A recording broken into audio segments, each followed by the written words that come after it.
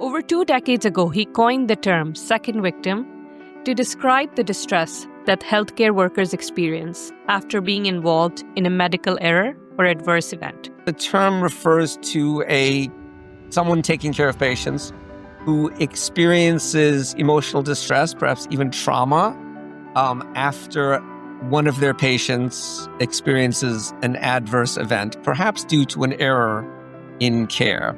Those systems harm patients, and because they were the closest to the patient, perhaps they made a decision, or they were part of a system that inevitably causes harm, that they were also themselves victim. Yeah. But people should understand the principles of psychological first aid. We feel like this should be the next CPR training, that everyone should be able to support themselves and their colleagues when things go wrong. Because we have such a pathologic relationship with our ability to fail, with our fallibility. And when something goes wrong because we've been indoctrinated that we should not do harm, we should only do good, we feel there's something wrong with us. So how are you working in both patient safety and helping providers go through this? How do you balance those two? Yeah, I think this is a false dichotomy. Yeah. I think that shame and blame are things that humans do.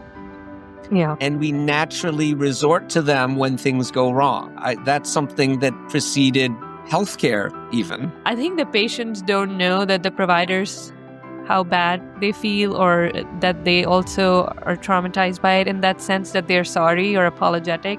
I think that we all conspire together to pretend that errors never happen.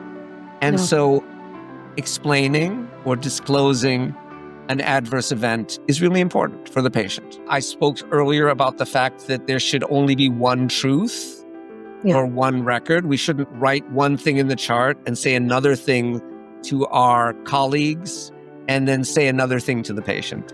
Healthcare workers die by suicide at a higher rate than the normal population. If we don't acknowledge the fact that it is humans taking care of other humans, then we will not be as successful. Life's battles don't always go to the stronger or faster man, but sooner or later, the man who wins is the one who thinks he can.